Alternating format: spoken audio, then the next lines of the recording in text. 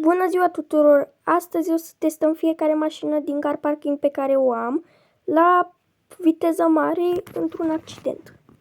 Primul este acest Smart Feroce.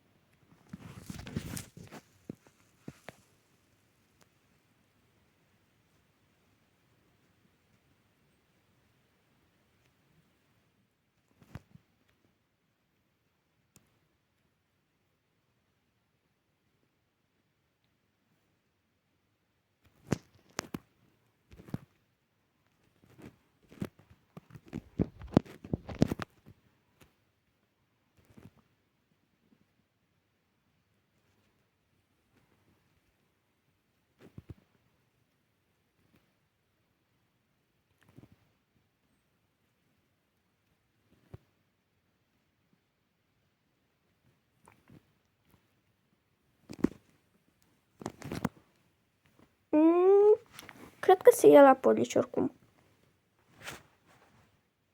Nu cred că se mai ia.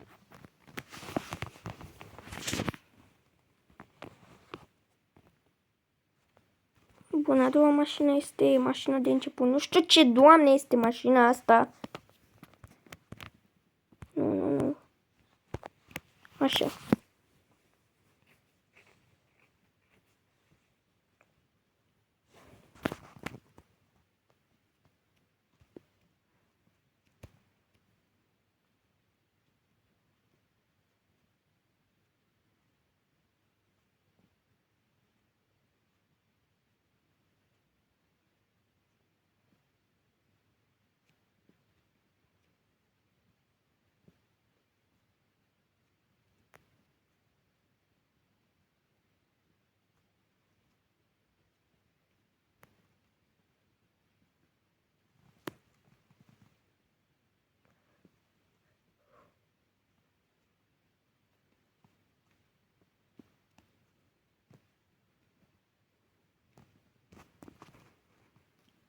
Cu asta m-am dus mai departe din greșeală, dar lăsați că o să fac tot accident.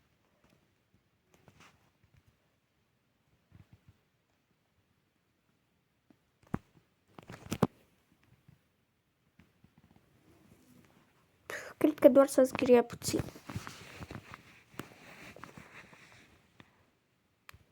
A treia mașină este acest BMW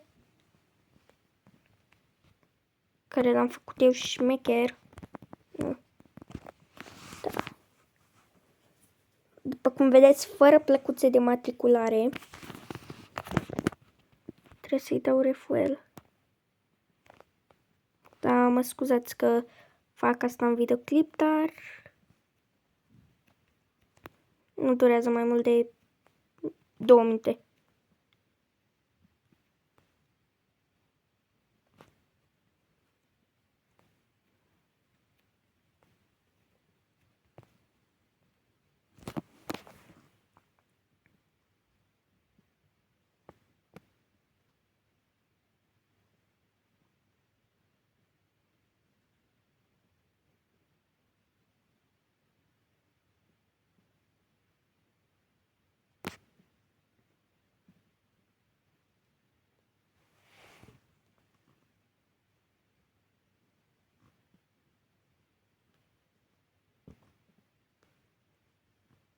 Mai de BMW-ule, cât îți ia să te alimentezi?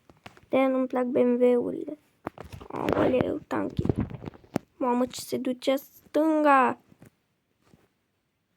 Nu-mi plac BMW-urile. Bun, hai mergem și noi pe aici.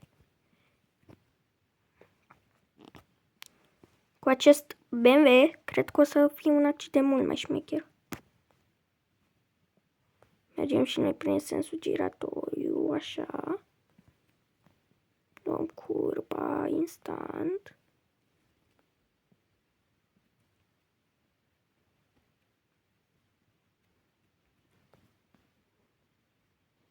Mergem pe aici. Tot cred că Smartul a prins mai rapid 200.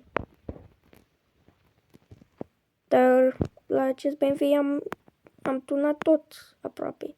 Adică nu tot, motorul atâta.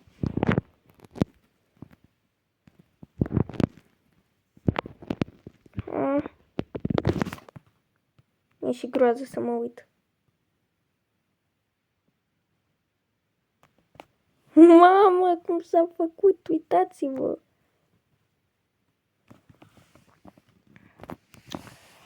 Cred că o repară tataie. Acum această mașină de tractori.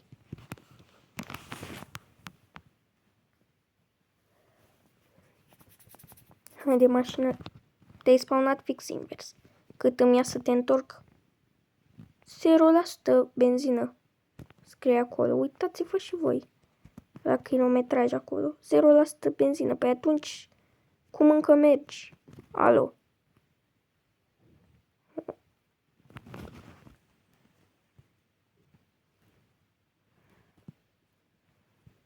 Mamă, cum o dă mașina asta.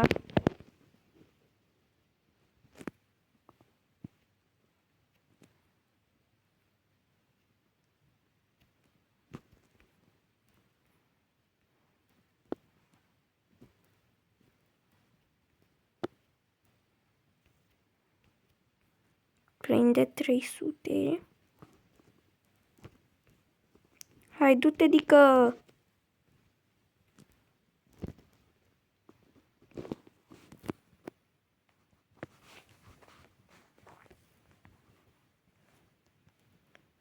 Ok.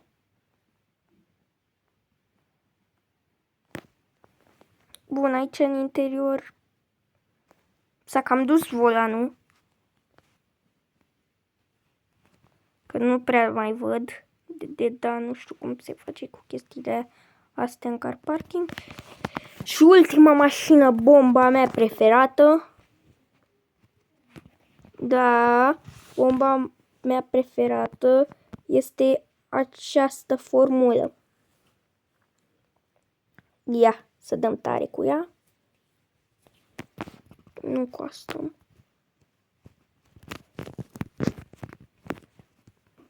Mi-e și milă să ciocnesc, dar o repar apoi.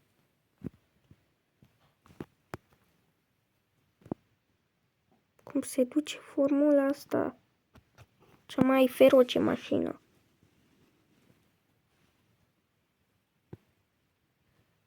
Nu prea vezi așa ceva pe stradă.